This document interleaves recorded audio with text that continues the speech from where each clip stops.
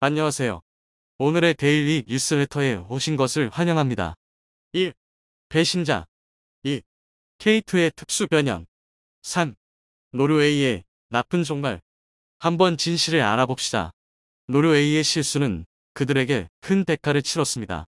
최근 노르웨이가 한국의 뒤통수를 치려는 움직임을 보이고 있습니다.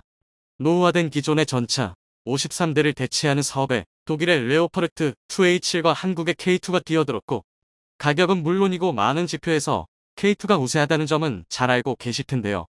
내심 독일의 편을 들어주고 있던 노르웨이 정부가 사업이 한국에 너무 우세하게 돌아가자 아예 팔을 엎으려 보한다는 것입니다. 정작 한국은 이제 와서 노르웨이가 딴 맘을 먹어도 별로 손해볼 것이 없어졌습니다. 도리어 노르웨이 내부에서 지금이라도 K2를 사오라고 정부를 압박하고 있다고 하는데요. 노르웨이의 전차 사업이 어떻게 진행되고 있는 것인지 함께 알아보겠습니다. 현재 노르웨이 육군은 구형 레오파르트 2A사 전차를 대체하는 P9 360 사업을 추진하고 있습니다. 194억 크로네, 하나로 약 2조 6천억 원가량의 예산을 투입해 신형 전차 50여 대를 현지 면허 생산하는 것이 뼈대죠. 향후 예비 전력 소요까지 합치면 물량은 최대 200대까지 늘어날 수도 있었습니다. 지난해 12월 현대로템은 노르웨이로 K2 노시제 차량 2대를 보냈습니다. 이어서 독일 방산업체 KMW도 레오파르트 2H 플러스 시제 차량 2대를 보내면서 올해 1월 본격적인 비교 평가가 시작됐는데요. P9 360 사업이 시작될 때만 해도 노르웨이에선 레오파르트 2H 플러스의 낙승이 점쳐졌습니다. 오랫동안 레오파르트 시리즈 전차를 운용했기에 군수 복구 시스템이나 교육 훈련 면에서 K2노보다 레오파르트 2H 플러스가 낫다는 이유에서였습니다. 전차병 출신이 주로 모인 현지 퇴역 군인 단체가 공개적으로 레오파르트 2H 플러스 도입을 지지하기도 했습니다. 이런 분위기에서 K2노는 본격적인 평가 전부터 레오파르트 2H 플러스 전차 가격을 낮추기 위한 들러리라는 소리를 듣기까지 했죠.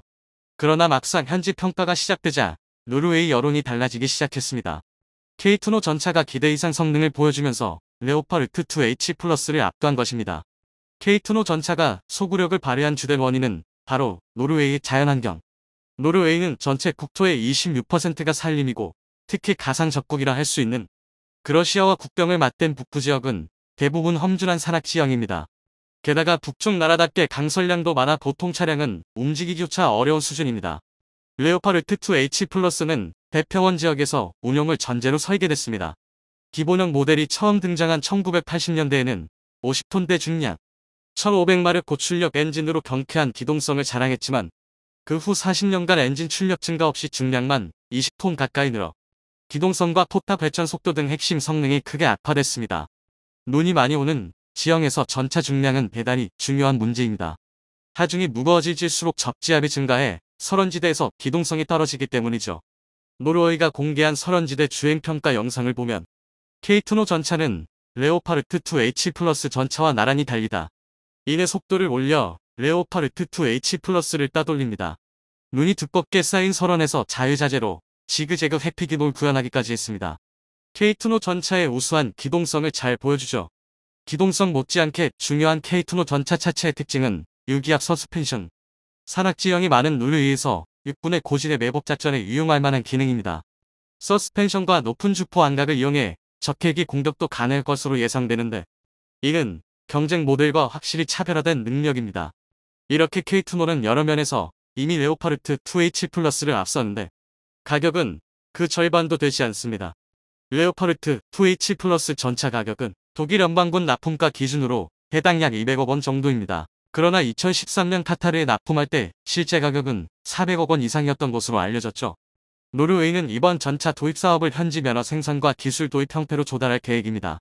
그럴 경우 레오파르트 2H 플러스 가격이 얼마까지 치솟을지 가능하기 어렵습니다. 반면 K2 전차는 한국군 납품가 기준 80억 원대입니다. 증가 장갑과 능동 방어 장치 등 첨단 옵션을 추가해도 대당 100억 130억 원 정도로 알려졌습니다. 성능은 경쟁 모델과 동급 혹은 그 이상이면서 가격은 절반 이하인 것이죠. 물론 노르웨이가 기존에 운용해오던 전차가 레오파르트 플랫폼의 노후 모델인 만큼 도입 가격은 비싸더라도 훈련이나 정비 등에서 비용을 아낄 수는 있습니다. 하지만 그렇다 치더라도 도입가에서 2배가 넘는 차이를 메꾸기는 힘들 것이라는 게 중론이죠. 여기까지가 거의 1년을 끌어온 노르웨이 전차 사업의 진행 상황입니다. 테스트 결과만 보면 한국의 승리가 거의 확실한 분위기인데요. 노르웨이 수뇌부는 이런 전개가 영 맘에 들지 않는가 봅니다. 최근 몇몇 노르웨이 언론에서 노르웨이군이 신형 전차 도입을 포기하려고 한다는 말이 흘러나온 것인데요. 불과 얼마 전만 해도 올해 말까지 전차 사업의 최종 결정을 내리겠다고 했으면서 갑작스레 튀어나온 판을 없는 발언이라 한국이나 독일은 물론 노르웨이군 내부에서도 당혹스럽다는 반응이 나오고 있습니다. 아직까지 전차 사업을 실제로 포기한다는 보도는 나오지 않은 것으로 미루어 보아 최종 결정의 직전에 마지막으로 한번 다녀보겠다는 행보로 해석되는데요. 원래 계획은 레오파르트를 이미 내정해둔 상태로 가격 협상의 카드로 쓰기 위해 K2를 끌어들여서 이용하려고 했던 것이지만 K2가 모든 테스트에서 레오파르트를 압도해버리자 이젠 K2를 떨어뜨릴 명분이 없어져 버린 것입니다. 이렇게 계획이 들어져 버리자 일부 인사들에게 전차 도입 사업 자체를 반대하게 만들고 군은 그대로 사업을 진행하는 방법을 쓴 것으로 보이는데요. 여론이 전차 반대로 기울면 못 이기는 척 전차 사업을 엎어버릴 신산이었던 것입니다. 노르웨이는 의외로 이런 여론전에 능숙한데요. 이번에도 이런 방식의 여론전을 통해 맥히지 않는 K2를 수입하느니 사업 자체를 파토내려는 것으로 보이는데요. 정작 노르웨이군 내부에서 재미있는 반응이 나오고 있습니다. 노르웨이 육군은 기존에도 레오파르트를 사용해왔던 만큼 사업 시작 당시만 해도 신형 레오파르트에 대한 지지도가 압도적으로 높았습니다. 당시 노르웨이 예비역이 청중으로 참여한 토론에서 노르웨이 의원들이 한 발언에 따르면 전차병 3명 중 2명은 레오파르트를 지지하고 나머지 1명은 테스트 결과를 보자는 입장이었다고 합니다. 그런데 테스트에서 K2가 압승을 거두자 여론이 K2로 기우는 모습을 보이기 시작했습니다. 당시 테스트를 주관하던 노르웨이 군인도 한국제 전차가 독일 전차와 경쟁조차 되지 않을 줄 알았는데 상당한 성능을 보여줘서 놀랐다고 말했다고 하죠. 내키지 않아 하는 사람이 많을 뿐 성능이 입증됐는데 도입하지 않을 이유가 없다는 목소리가 커지기 시작했습니다. 지난 2월 러시아의 우크라이나 침공 이후 스웨덴과 핀란드는 나토 가입 의사를 밝혔다. 이 두 나라가 나토에 가입한다면 이는 노르웨이 국방에 있어서 스웨덴과 핀란드가 러시아의 침공 시 일선이 된다는 뜻입니다. 군사 전문가들은 스웨덴과 핀란드가 러시아군 저지에 실패하여 노르웨이 북단 핀마르크주 지역을 러시아가 장악했을 때 노르웨이군에 반격을 가할 수 있는 신형 전차가 없다면 국경의 주민들은 중장비를 갖춘 동맹군 또는 러시아군의 지배를 기다려야 되는 처지에 놓인다고 조언했습니다. 또한 전차 반대론의 주된 논리 중에 하나가 전차 전력을 포병 전력으로 대체하면 된다는 것인데 이는 일선의 병사들조차 전혀 동의하지 않는 뜬구름 잡는 이야기입니다. 결정적인 것은 먼저 K2를 운용하게 된 폴란드에서의 평가였습니다.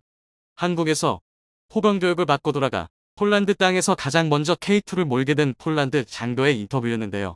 저는 정말 많은 전차를 보았지만 그동안 봤던 전차 중에 K2보다 더 나은 것은 본 적이 없습니다. 한국에서 교육받고 있는 승무원들도 이 전차에 대해 매우 높이 평가하고 있습니다.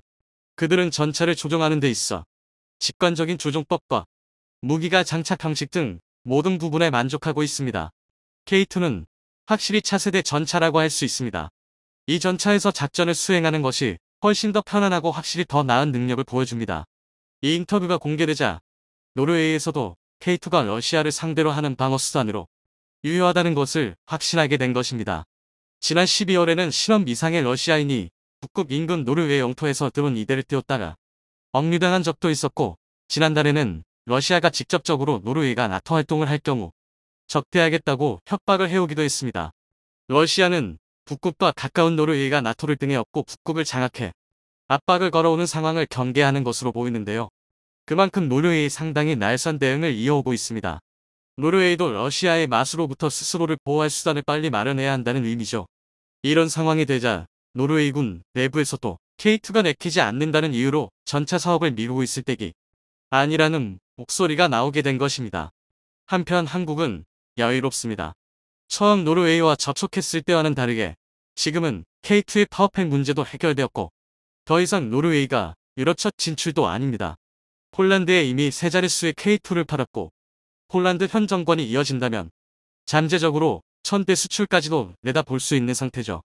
그리고 이미 노르웨이는 K2가 레오파르트와 경합해서 심지어 압도했다는 포트폴리오를 제공해줬습니다. 사실 이대로 노르웨이 사업이 엎어지더라도 한국이 딱히 잃을 것은 없는 것이죠. 질질 끌다가 입장이 역전되어버린 노르웨이의 전차 사업. 이젠 돈을 준 노르웨이가 도리어 생존을 위해 한국에게 잘 보여야 할 판입니다. 노르웨이가 아무리 고등어 수출국이라지만 슬슬 간보는 건 그만두고 어떻게 처신할지 신중하게 고르면 좋겠습니다. 단순히 탱크 진행이 아닙니다. 이제 KF-21도 새로운 차원으로 끌어올렸습니다.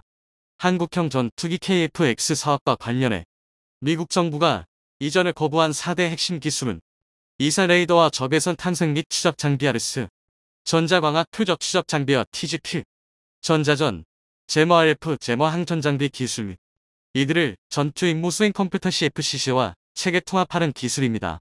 그런데 이 기술 모두 미국 정부가 수출 허가의 L 승인을 거부한 이유가 있습니다. 그것은 바로 기술 대부분이 직간접적으로 5세대 전투기의 핵심인 스텔스 기능과 결부돼 있기 때문입니다. 2015년 10월 한미 정상회담에서 최종적으로 4대 핵심 기술 이전이 불가하다는 내용이 언론에 공개되면서 대한민국은 국민들은 난리가 났습니다. 그도 그럴 게 당시 한국은 미국이 기술 이전 해준다는 약속만 철석같이 믿고 전투기 사업을 추진했기 때문입니다.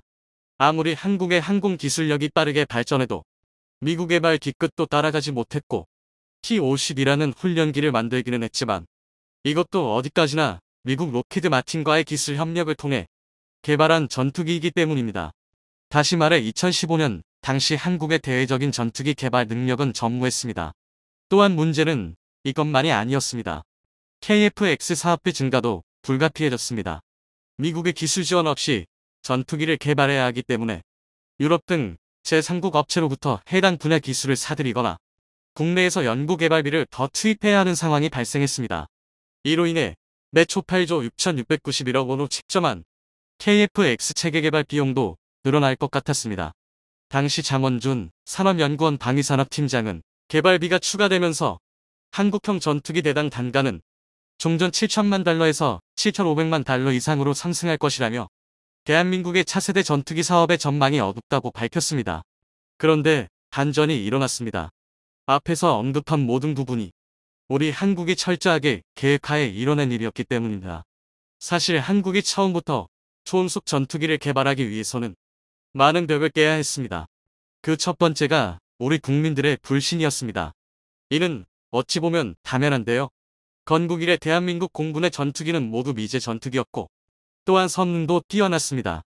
그런데 비행기를 만들어 보지도 못한 국내 업체가 그것도 초음속 전투기를 만든다고 하니 국민들의 반대가 이만저만이 아니었습니다. 또한 우리 국내에서도 국산 전투기 개발의 의지가 없었습니다. 이런 범국민적인 반대 때문에 국산 전투기 개발에 대한 예산을 받는 것은 불가능했습니다. 그래서 묘안으로 생각해낸 것이 미국의 4대 핵심 기술 이전 같은 방법으로 국민들의 염원을 담아 한국의 차세대 전투기 개발을 할 수 있도록 한 것입니다. 그런데 우리 대한민국의 협상진들이 참으로 대단한 게 이와 함께 진행한 21개의 전투기 주요 기술도 포함시켰다는 것입니다. 당시 보도 자료에 따르면 2015년 10월 21일 로키드 마틴의 F-35 한국사업개발 담당 디케더스 이사는 로키드 마틴은 KF-X 사업에 360명의 기술자와 50만 페이지를 넘는 기술 데이터 및 보고서를 제공하기로 합의한 상태라고 강조했습니다. 즉 로키드 마틴은 다미사업청과 체결한 절충교역 합의각서에 따라 KF-X 기술 이전과 함께 기술 인력과 자료 등을 제공하도록 돼 있던 것입니다. 정리하자면 한국은 F-35를 구매하면서 미국에게서 얻을 수 있는 모든 걸 주문한 것입니다. 이렇게 한국이 총 25개의 기술 중 4대 핵심 기술은 포기하는 대신 다른 21개의 주요 기술에 대해서는 미국이 적극적으로 도와주도록 판을 짜게 만든 것이죠. 이처럼 한국은 뛰어난 전략으로 KF-X 사업의 성공적인 시발점을 만들어 나갔는데요. 그런데 아직 문제가 남았습니다. 바로 4대 핵심 기술의 확보입니다. 사실 이 기술들은 다른 나라에서 받아오기가 불가능한 것들이었습니다. 그런데 이마저도 한국에 보관이 숨겨져 있다는 것을 아는 사람은 그리 많지 않았습니다. 4대 핵심 기술 중 가장 우선시되는 이사 레이더 확보가 시급했습니다. 이것을 얼마나 빨리 확보하냐 못하냐에 따라 차세대 전투기 사업의 명운이 달릴 정도로 중차대한 일이었는데요. 이사 레이더는 전자파를 이용해 공대0000대지 표적을 탐지 추적하는 장비입니다. 항공기에 탑재되는 이사 레이더는 레이더 안테나의 송수신 소자수자 수백 수천 개를 판 형태로 고정한 채 레이더 빔을 쏘는 방식으로 구형 기계식 레이더에 비해 여러 개의 목표물을 탐지 추적할 수 있고 탐지 반경도 넓어 공중은 물론 지상의 목표물을 함께 추적할 수 있는 게 장점인데요. 이사 레이더는 기계식 레이더에 비해 정보 처리 속도가 1000배가량 빨라 F-35의 핵심인 스텔스 성능 향상에도 유리할 뿐만 아니라 특히 적 레이더 교란 등 전자전 능력 역시 기계식 레이더에 비해 3, 4배 정도 강한 것으로 알려져 있습니다. 그리고 아르스트는 공대공 위협 표적의 적외선 신호를 탐지 추적하는 기능으로 이른바 적외선을 방출하는 제트기나 헬리콥터를 찾아내고 검출해내는 시스템입니다. 이와 유사한 것으로는 전방주시 적외선 플라르가 있지만 플라르는 전방만 감시하지만 아르스트는 광범위하게 잠거리를 감시하는 점에서 차이가 있습니다. 그리고 TGP는 전자광학 및 적외선 센서를 통해 주야간 표적을 탐지 추적하고 레이저를 이용한 무장 유도 및 자상 대한 정밀 타격이 가능한 함전 장비인데요. 마지막으로 전자파 방해 장비인 RF 제머는 위협 신호를 수신해 자동으로 추적하고 기만 신호 및 짧은 재밍 신호를 감사함으로써 항공기의 생존성을 증대시키는 핵심 장비입니다. 이렇듯 이것들은 반드시 전투기에 필요한 기술들이었습니다. 그런데 당시 장명진 방사청장이 언론에 공개한 발언으로 전 세계가 발칵 뒤집어졌습니다. 그 이유는 아르스트, 오곱, RF 제머 세 가지 항전 장비 개발 및 항공기와의 체계 통합 가능성에 대한 기술 검토를 한 결과 국내 개발을 우선적으로 추진하되 필요하면 해외 기술 협력을 수행하겠다고 밝혔습니다. 즉 한국은 이미 이 모든 것을 계획하고 국내 기업들을 통해 해당 기술력을 사전에 확보한 상태였다는 것이죠. 결국 4대 핵심 기술은 이사 레이더의 소프트웨어인 공대지공대의 모드 알고리즘과 CFCC와의 체계 통합 기술 확보가 남았는데요. 그런데 이마저도 한국은 이스라엘 엘타 시스템과의 협약을 바탕으로 이사 레이더 안테나 및 천원 공급기 그리고 레이더 신호 처리기를 통합하는 등 항공기용 이사 레이더를 개발했습니다. 그리고 가장 문제가 됐던 레이더의 알고리즘은 스웨덴의 사브와 계약을 통해 개발하기로 하며 사업을 추진했는데요. 당시 알려진 바에 따르면 에드와 사브가 주도하는 레이더 개발 프로그램 비용만 미화 2,500만 달러로 하나 약 300억 원으로 알려졌습니다. 그리고 이런 천신만고의 노력 끝에 한국은 주한미군의 항공기를 정비하는 MRO 사업과 T-50의 개발과 수출을 통해 자신감을 쌓고 독자 개발을 이어갔습니다. 4대 핵심 체계가 차례로 개발됐고 2020년 9월에는 시제기의 최종 조립을 시작했는데요. 이런 노력 덕에 지난 7월 19일 KF-21의 첫 비행이 무사히 마무리됐습니다.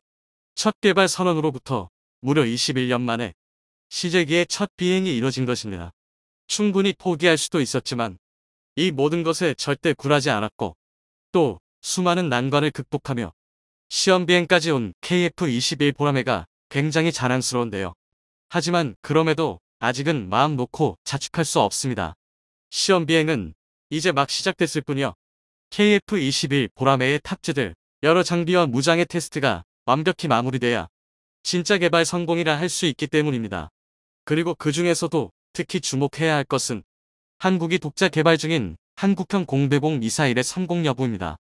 현재 대한민국은 KF-21 보라매의 달 국산 미사일을 개발 중입니다. 그렇다고 우리의 차세대 전투기에 장착할 무장이 없는 것은 아닙니다. KF-21의 무장은 이미 마하 4의 초음속 기동이 가능한 고성능 장거리 공대공 미사일 미티어와 무려 60G의 고기동성을 가진 5세대 단거리 공대공 미사일 아르스트T를 보유 중입니다. 그런데 문제가 좀 있습니다. 먼저 이미 통합된 미티어와 아르스트T는 유럽산이라는 아주 치명적인 단점이 있습니다. 유럽제 무기는 해외 수출에 굉장히 불리하기 때문인데요. 구체적으로는 유럽연합 차원의 무기 금수 조치가 아주 많아서 KF-21을 해외 수출할 때 패키지로 판매하기 어렵다는 것입니다. 물론 답이 없는 것은 아닙니다. 미국과 잘 협상해 미제 AIM-120 암람과 AIM-9X 사이드와인더를 KF-21 보라매에 통합한다면 큰 문제 없이 전투기 수출이 가능합니다. 뿐만 아니라 전시의 주한미군의 보유 재고를 마음껏 사용할 수 있습니다.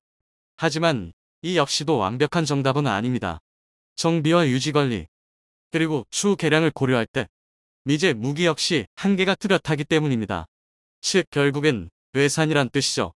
그래서 많은 전문가들이 오래전부터 국산 공대공 미사일을 개발해야 한다고 목소리를 높였는데요. 지금 추진 중인 국산 단거리 공대공 미사일과 중거리 공대공 미사일이 그 성과라고 할 수 있습니다. 그렇다면 국산 공대공 미사일의 성능은 어느 정도일까요?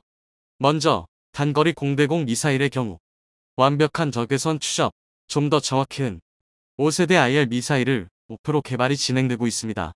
5세대 IR 미사일은 IR 센서와 추진체, 그리고 파일럿과의 연동 능력이 크게 개량된 차세대 적외선 미사일인데요. 가장 주목할 점은 발사 후 자동 추적 모드인 롤을 특유의 고기동성과 연계, 후방 공격이 가능하다는 것입니다. 롤은 미사일을 쏘는 전투기가 적을 보지 못하더라도 동료기의 데이터를 이용해 적의 위치를 예상한 뒤 예상 좌표로 발사된 미사일, 이후 적외선 탐색기로 적을 파괴하는 신기술인데요. 50, 60G, 그러니까 일반 중력의 50, 60배를 견딜 수 있는 5세대 단거리 미사일의 경우 발사 직후 180도 방향을 전환해 바로 뒤에 붙어있는 적기를 격추하는 것이 가능합니다. 현재 우리 군에서는 2026년까지 적외선 탐색기 등 미사일에 사용될 여러 부품을 개발한 뒤 본격적인 개발을 추진할 예정입니다.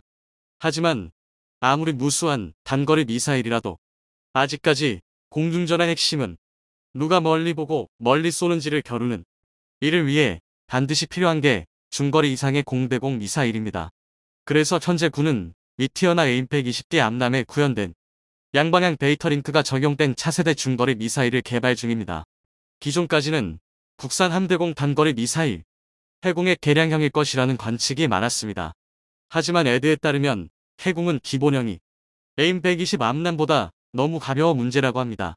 그래서 아무리 잘 개발되어 봐야 상대적으로 구식 취급을 받는 에임 120보다 사거리를 포함한 종합 성능이 떨어진다는 것인데요. 따라서 국산 중거리 미사일은 KF-21의 주력 무장인 미티어 미사일처럼 덕티드 램제트 로켓을 적용했고 내부 무장창에 탑재할 수 있는 사거리 100-200km급 미사일이 될 가능성이 높습니다. 이미 공대한 유도탄을 개발하면서 탐색기와 데이터 링크 기술이 어느 정도 확보되었으므로 개발이 성공할 가능성이 굉장히 높은데요. 따라서 보람의 120대가 실전 배치될 2032년이면 국산 단거리, 중거리 미사일을 모두 볼 수 있을 것입니다.